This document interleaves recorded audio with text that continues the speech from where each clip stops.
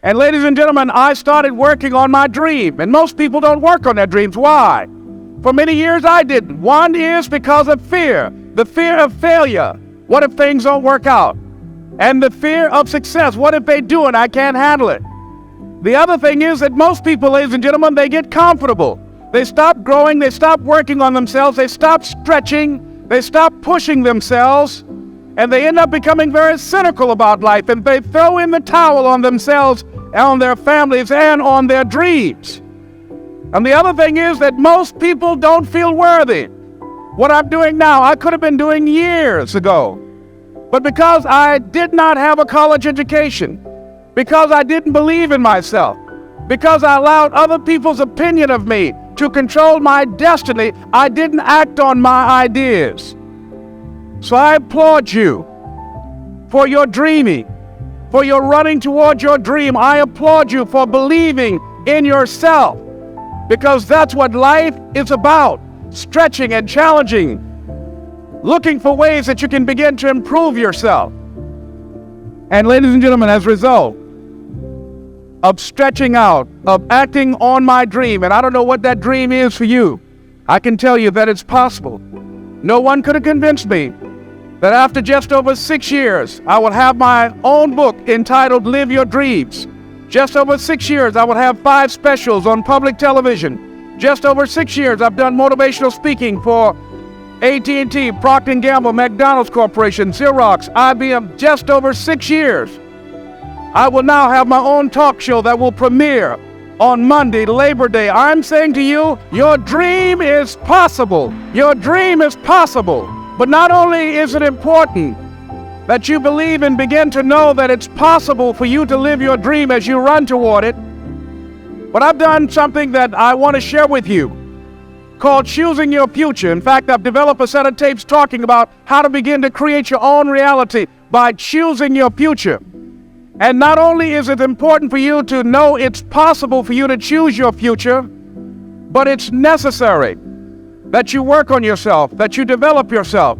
It's necessary that you get the energy drainers out of your life, people who don't want anything, people who are not striving, people who are not challenging themselves, people who aren't growing, people who have stopped dreaming. It's necessary that you align yourself with people and attract people into your business who are hungry, people who are unstoppable and unreasonable, people who are refusing to leave life just as it is and who want more.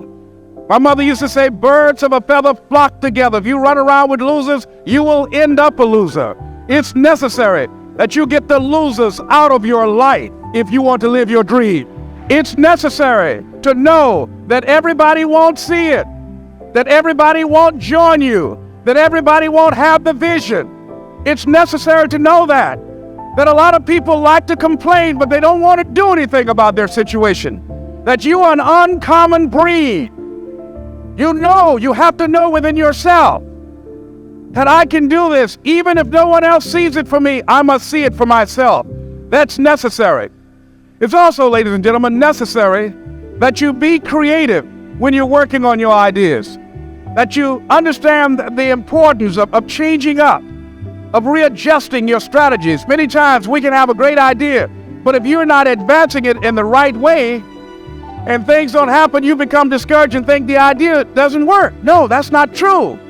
It's necessary that we become creative. I remember when I was in New York walking down the street, and a guy approached me and said, "Hey, mister, can I shine your shoes?" And I said, "No, I'm in a hurry. I don't have time." I kept walking. Someone else said, "Hey, man, your shoes look putty. May I shine your shoes?" I said, "No, I don't have time. I'm sorry, I'm busy." And I was walking fast, and many people solicited me for my business. And then finally, a young man stepped in front of me, and he said, "Excuse me."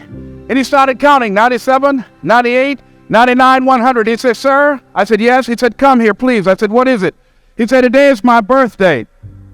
And every year, just to thank God for another year of life, the 100th person who passes my shoe shine stand, I offer them a free shoe shine. Would you give me the honors?" I said, "Why, sure." I got up on the shoe shine stand, George, and I sat there and he shined my shoes diligently. And when I got down, I looked at them, they were sparkling. And I was walking away and I said, "Thank you." And I stopped, I said, "Excuse me, but how much do you usually charge?" He said, "Only $2. I said, "I tell you what, today is your birthday. Here's 5, keep the change. She said, thank you. As I was walking away, looking in the opposite direction at other people coming, he started counting again. 97, 98, 99, 100. It's necessary that you be flexible, that you are always thinking of how can I improve this better. This is a customer-driven economy.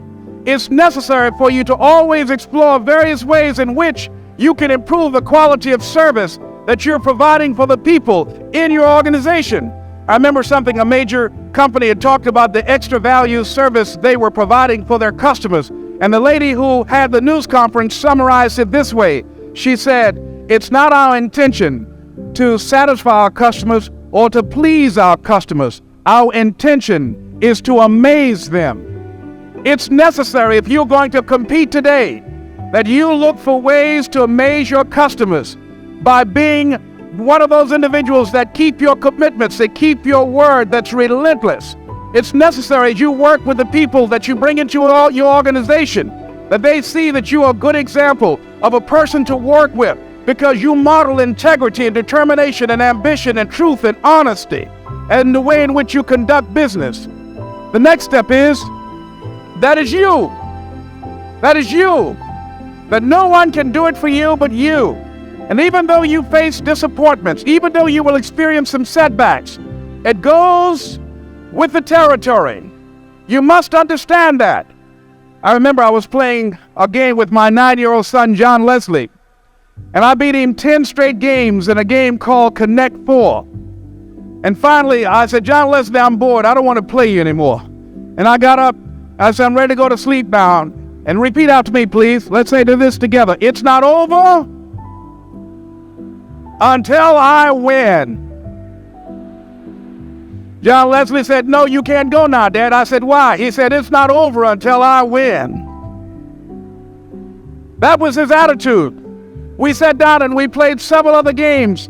And finally, after the 11th game, John Leslie won, and he got up and he yawned. And he said, I'm ready to go to sleep now. And I'm saying to you, what if all of us took that attitude after we face a rejection and a no, or we have a meeting and no one shows up, or somebody say, you can count on me, and they don't come through? What if we have that kind of attitude? The car's repossessed. Nobody believes in you. You've lost again and again and again. The lights are cut off, but you're still looking at your dream, reviewing it every day, and say to yourself, it's not over until I win. Life will yield to you. Now here's the next step. Repeat after me, please. It's possible. I can live my dream. It's necessary. I work on myself. Surround myself with winners. Become creative. It's me. I've got to make it happen. It's not over until I win. The next thing that's important to know, yes, it's possible that you can choose your future and direct the course of your life as you run toward your dream. It's necessary that you have goals, that you write those goals down, that you plan, that you think constantly of how you can begin to improve what it is that you're doing. If it's your presentations, if it's your recruiting skills, whatever that is, it's also necessary that you look for ways to always find a way to pull it out when everybody else thinks that you are defeated. That you've got to take personal responsibility to know that in order to become successful, you've got to make it your personal business to do it. But the next thing, ladies and gentlemen, I want to share with you that some of you already know that it's hard. It's not easy. It's hard changing your life. It was hard when just over 3 years ago in the Penobscot building in Detroit, Michigan, where I was operating my business, and I fell on some hard times, and I was sleeping in my office. It was hard coming into the lobby, and the security said, excuse me, Mr. Brown, can we see you for a moment? And I said, yes, and I walked up to the counter, and he gave me an envelope. And he said, would you mind reading it here? And I opened the envelope, and the envelope was from management that said, this is an office tower. It's not a hotel. Please do not sleep in your office. And I said, excuse me, sir. I said, I just work long hours in creating my business. I'm an entrepreneur.